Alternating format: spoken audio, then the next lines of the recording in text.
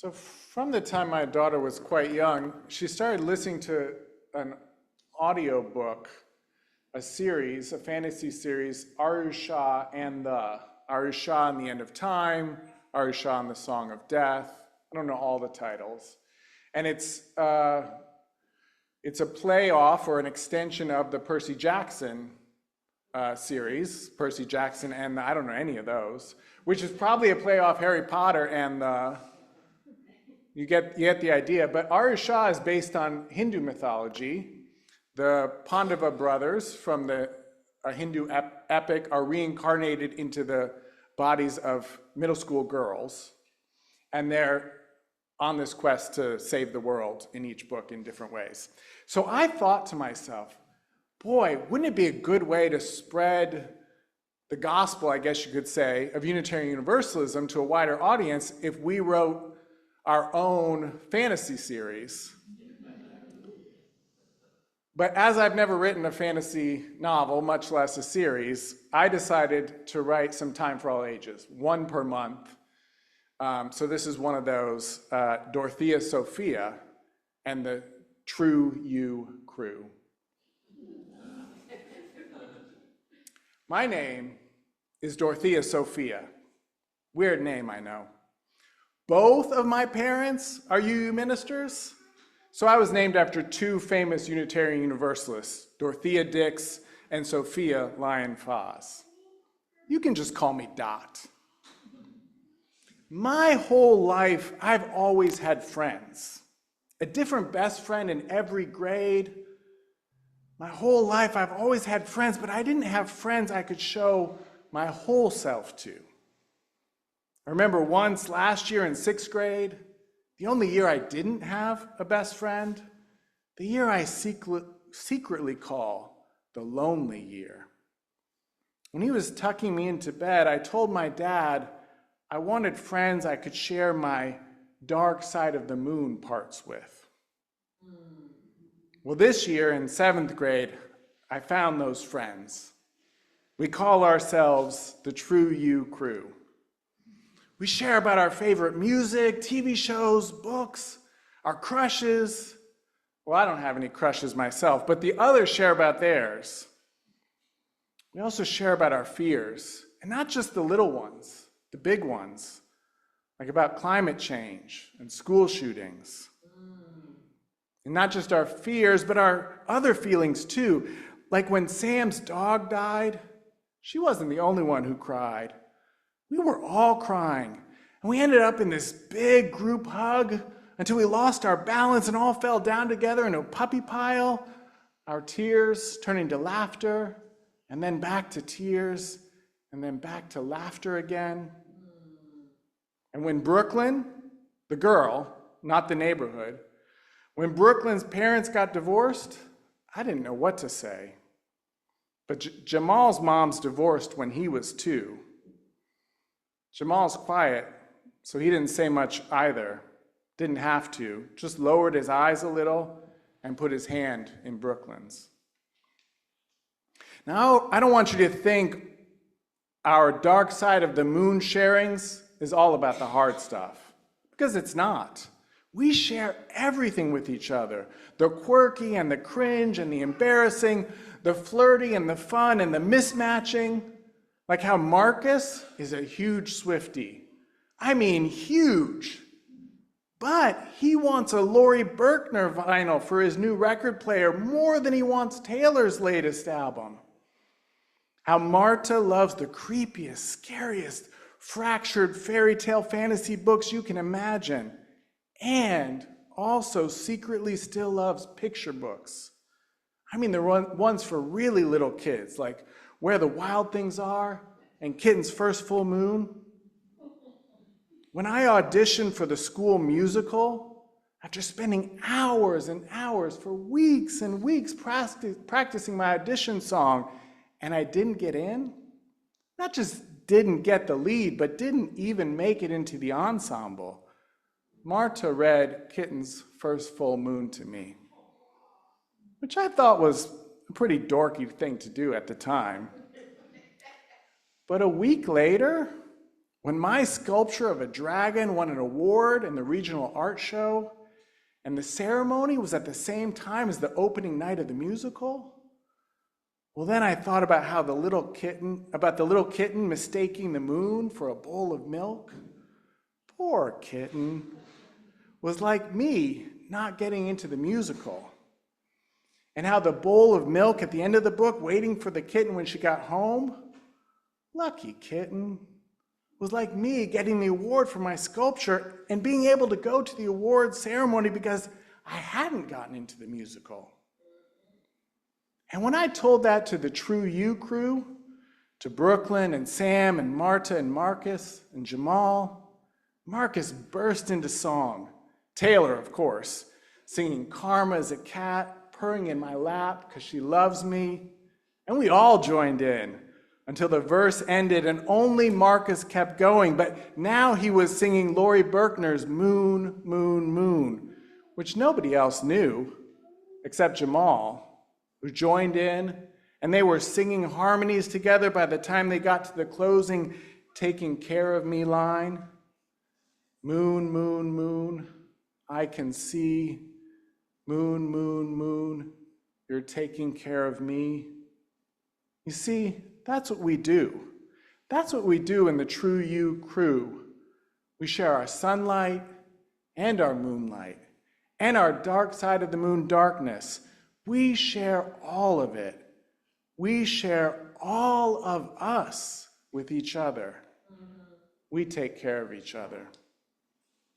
Amen.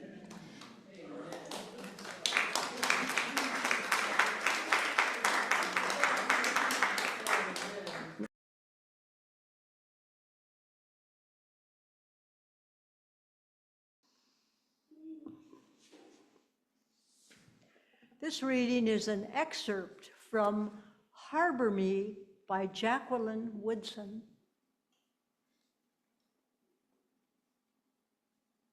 While we were studying the history of New York, we talked about the Lenape people.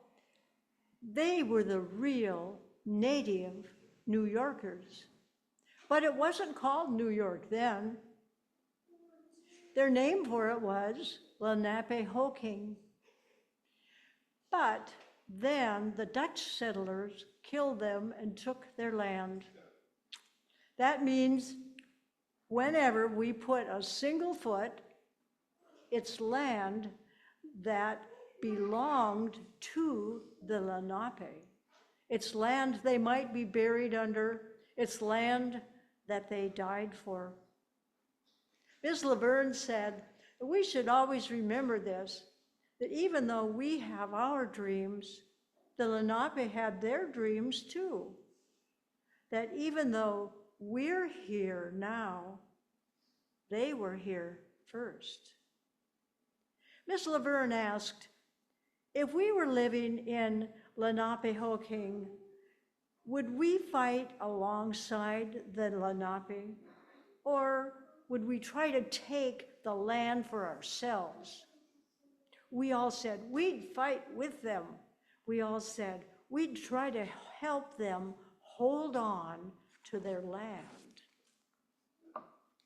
When we told Miss Laverne we'd fight with the Lenape, she said, but then maybe you wouldn't be here now in America. When she asked that question, none of us said anything for a while. We all just looked around at each other. It wouldn't be America, but it would look like us, Holly finally said. It would look like this classroom, I think, because we would figure out how not just to take something, and the Lenape people would probably share with us too. And then we'd all be in the mix together, Tiago said. Before Miss Laverne talked about the Lenape, I really hadn't thought about people who came here before we did. Miss Laverne said, every day we should ask ourselves, if the worst thing in the world happened, would I help protect someone else? Would I let myself be a harbor for someone who needs it? Then she said, I want each of you to say to the other, I will harbor you.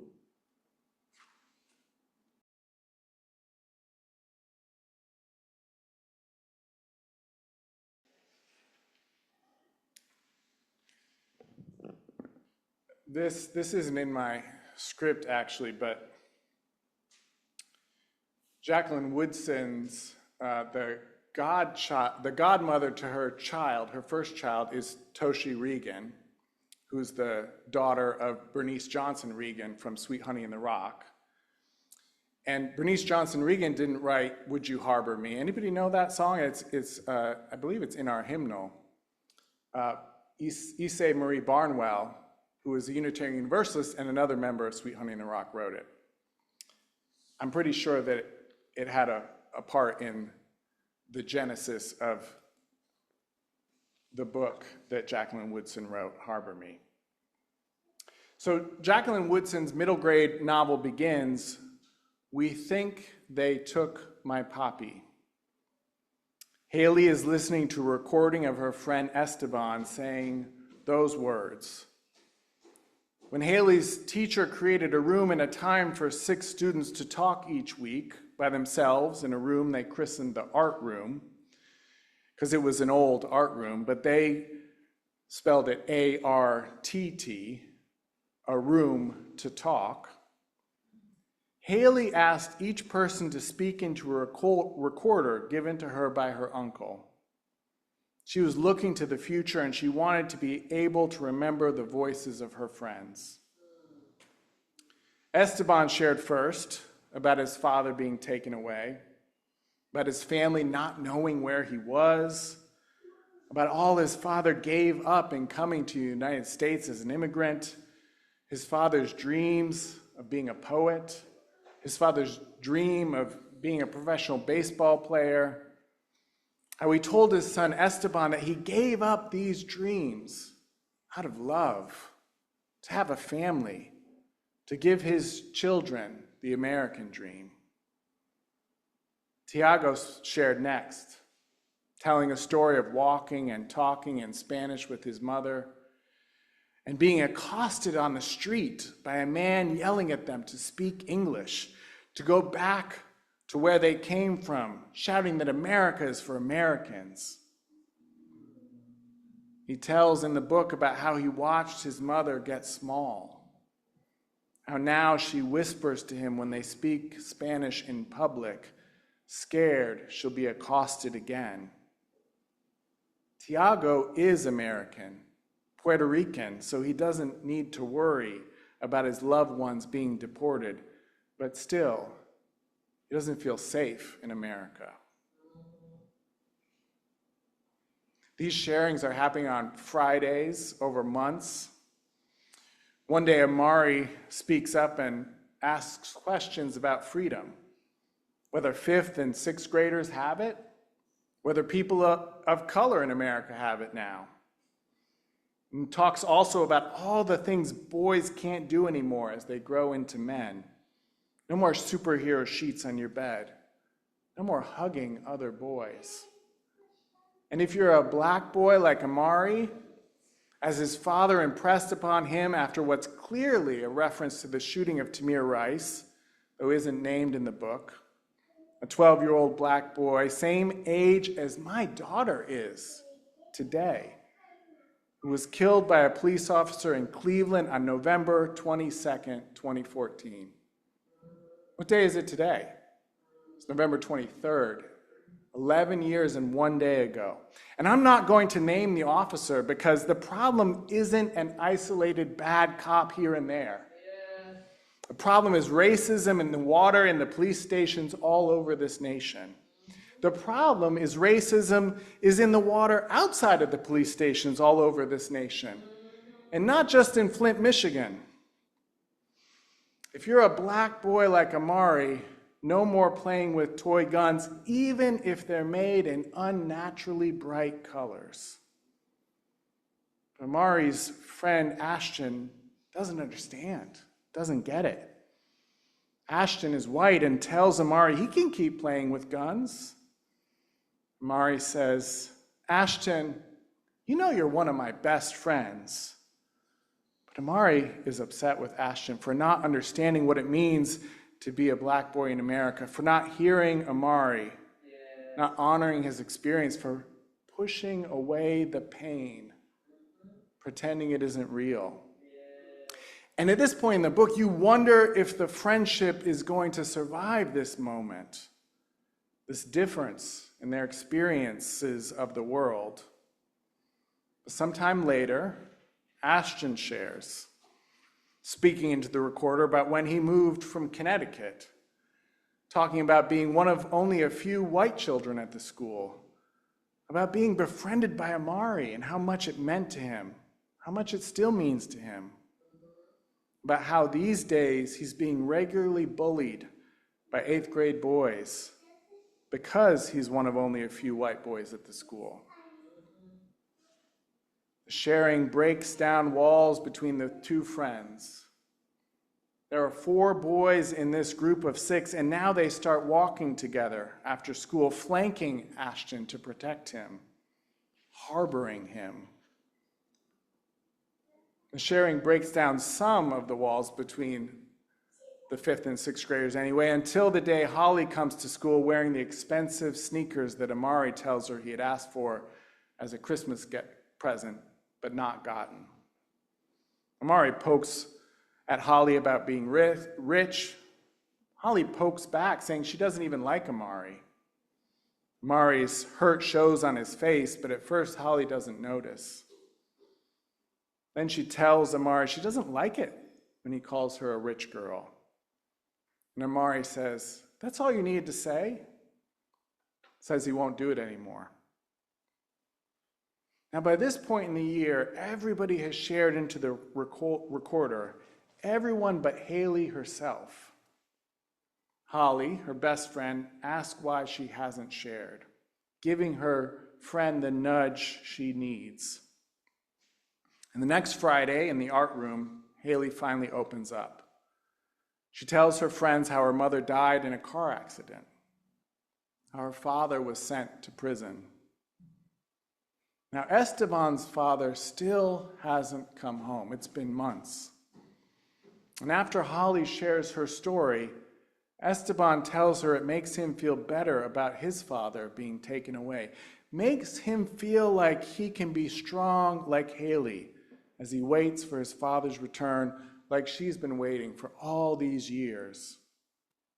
Like that thing Miss Laverne said, he tells her, about how we have to harbor each other. I feel like your story does that for me. On the face of it, this is just a story of 6 children in a room together, given the space to share with each other, to deepen together. And that's powerful enough in and of itself. But I want to give some context, because the book does start out with Haley listening to the recording of Esteban saying, "They took my poppy."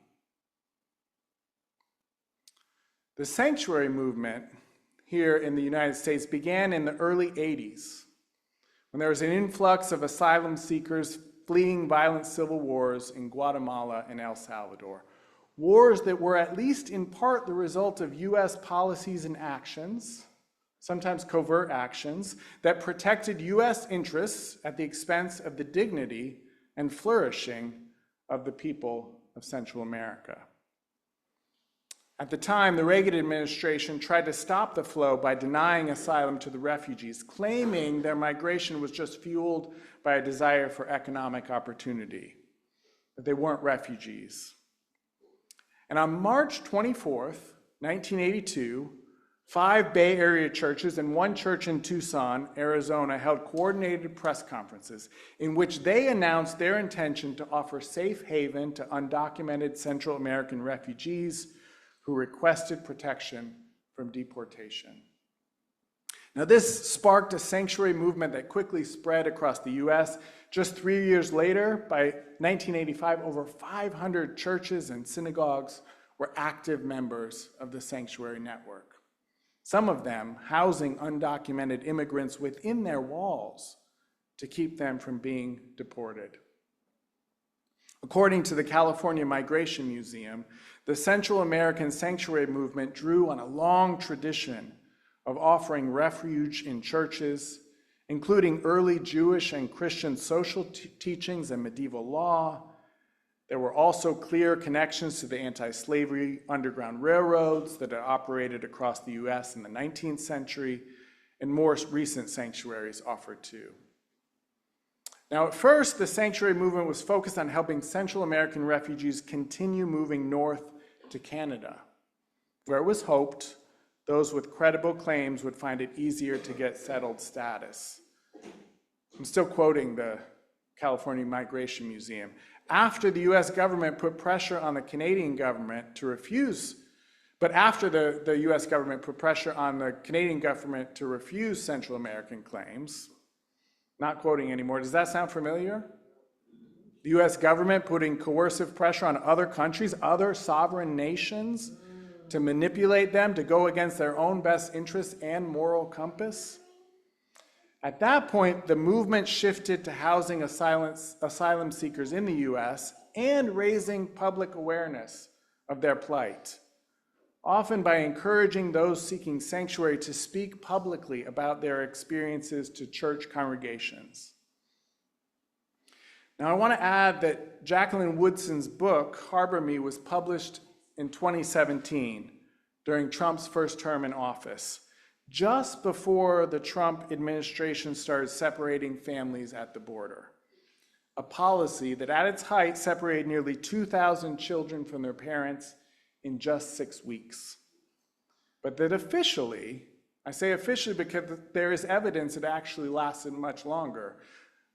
Officially, it lasted only about 13 months from beginning to end, and less than 3 weeks after the news of family separations went national, Trump signed an executive order to stop family separation because, and only because, Americans raised our voices in resistance to the cruelty of the policy.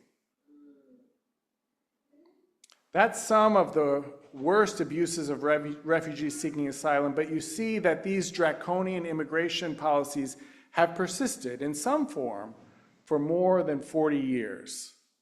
And the need for sanctuary for refugees has been acute for more than 40 years, stretching from the early 80s all the way to today. And there are many ways to offer sanctuary. You can offer physical sanctuary, like was done to those in need, like with the sanctuary movement in the 1980s, which I mentioned at times took the form of harboring an undocumented immigrant within a church sanctuary. Some UU congregations have done this, even recently. It's not an easy task and not one to be taken lightly, especially now when religious organizations' designation as protected spaces has been revoked. But in the 1980s, the sanctuary movement also raised awareness, offering those seeking sanctuary the opportunity to share their stories. Today, it might not even be safe for undocumented immigrants to share their stories at churches and synagogues, as was done in the past. Maybe, like with the secrecy of the Underground Railroad, those stories need to be shared in a different way. In Jacqueline Woodson's book, Haley made recordings of her friends' stories. Makes me wonder if sanctuary seekers could record their stories and they could be shared in churches and synagogues and mosques and online today to raise awareness. Remember, it was the sharing of their stories that broke through the barriers between the children in Woodson's book. And the sharing of the stories of refugees has been an important part of the sanctuary movement from the beginning. Stories can break down walls. Stories can turn borders into places of contact, like Jamal quietly and gently placing his hand into Brooklyn's in my story. Now, when I read Jacqueline Woodson's book, when I read it, I was reminded of the movie The Breakfast Club. Anyone remember that movie from the 80s? It takes place all in one day, not stretched out over a school year like Jacqueline Woodson's book. It takes place on Saturday, March 24th, 1984, in Shermer, Illinois, a white suburb of Chicago. That's 2 years to the day after those 6 congregations held that press conference, that joint press conference announcing their intention to offer safe haven to undocumented Central American refugees requesting protection from deportation. Now, in the movie, we don't hear anything about that. There are 5 kids sharing a Saturday in detention, a brain, an athlete, a basket case, a princess, and a criminal, as we hear them described in the opening voice-over monologue. I rewatched the movie as part of writing this sermon, and personally, I wouldn't recommend revisiting it. There's a lot wrong with it, a lot that hasn't aged well and not much right. Nothing really compelling happens until almost 75 minutes into the movie. That's when the jock character drops his guard and gets vulnerable. And then, one by one, the other characters get vulnerable, each one sharing about how they feel boxed in by their social identities. The movie isn't much like Woodson's book, Harbor Me, except in this one way. The characters, high schoolers in the movie, 5th and 6th graders in the book, open up and share some of the most vulnerable parts of their lives with each other, and through that sharing, they connect with each other. Through that sharing, they deepen with each other. Yes. We all need that kind of sharing all the time, but especially now. And when I first delivered this sermon back in September, I had just listened to a podcast featuring chef and cookbook writer Samin Nosrat of salt fat acid heat fame. Who's seen that? Is it on Netflix? Is that right? I just heard her talk in a podcast about her new, at that time just released cookbook, centered around her practice of having a weekly dinner with friends. Last night I listened to a podcast where Jacqueline Woodson shared that her family, her large extended chosen family, has a Sunday dinner every single week. So a weekly dinner is one way to do it. At the church I serve, Accotink UU Church, we have many ways to deepen connection, as I'm sure you do as well here at Davies. At Accotink, there's a band book club, a poetry group, a men's group for older men, a women's book club. There's Accotink's LGBTQ plus group, True Accotink Colors, that meets twice monthly and offers programs and puts on events throughout the years. There's a pagan group offering drumming and all the Wheel of the Year holidays. We have a potluck once a month on the second Sunday. There's a crafting group, a new wellness group, Soul Matters groups that meet online, where people deepen with each other by sharing about their exploration of the monthly theme. Can you all shout out some of the ways that you have to connect here at Davies, and I'll repeat them so everybody can hear? What are some of the programs or ways that you all connect? Soup Sunday. Say that again? Soup Sunday. Soup Sunday? Yeah. What else? What was that? A band book club as well. Adore. Lunch bunch. Women's circle. Women's circle.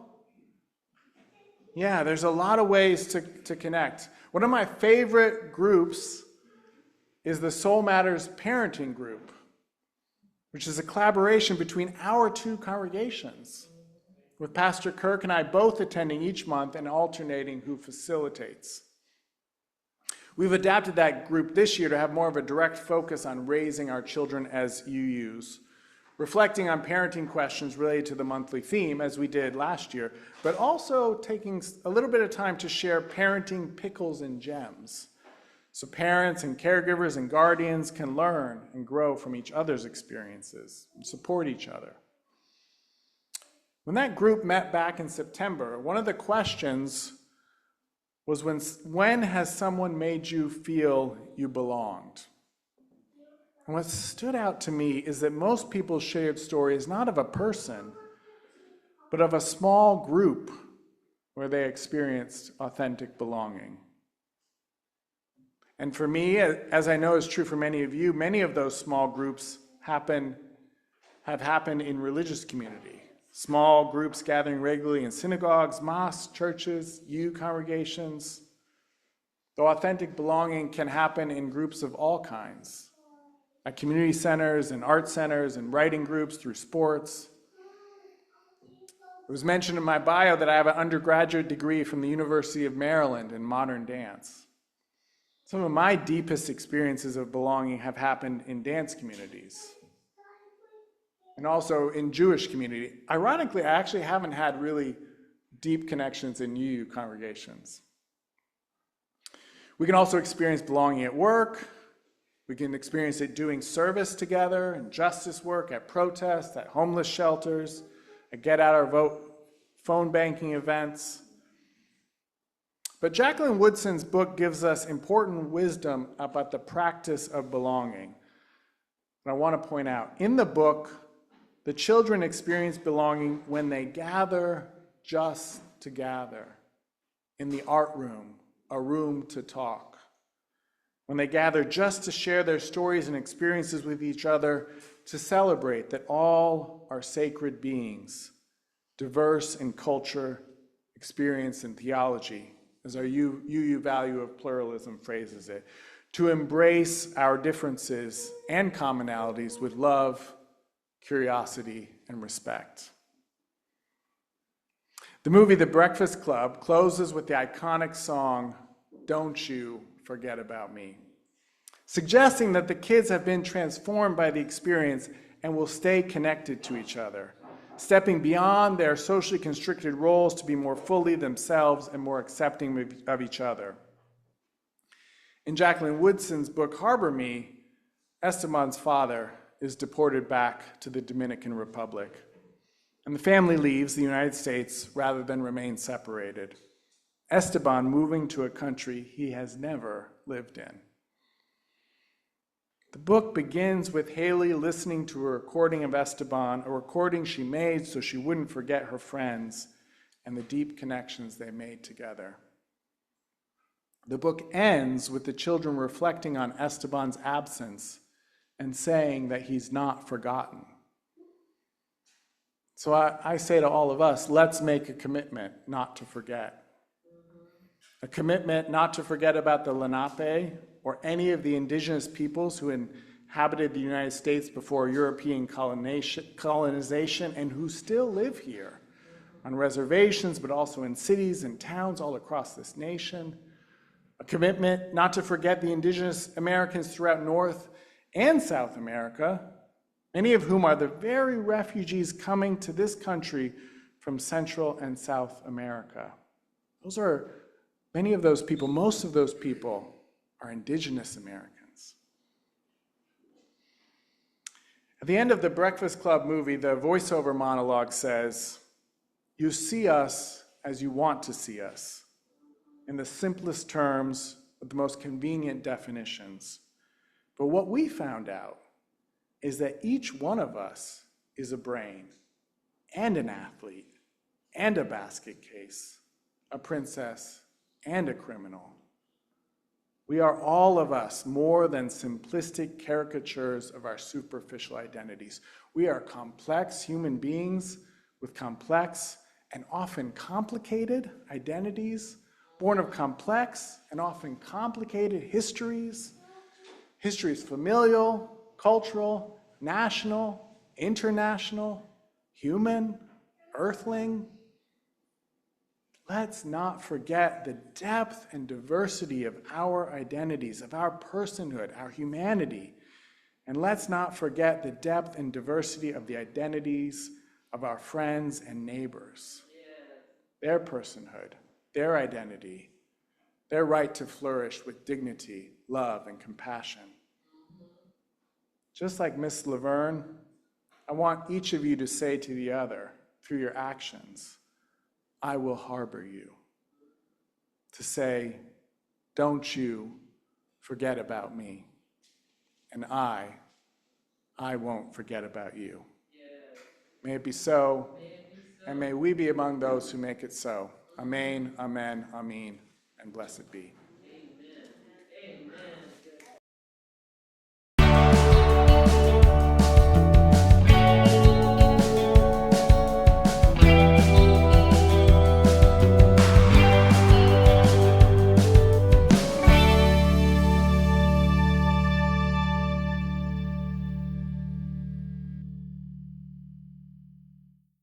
Davies is a multicultural, multiracial religious community offering a safe and dynamic space to gather in solidarity and make a difference in the wider world.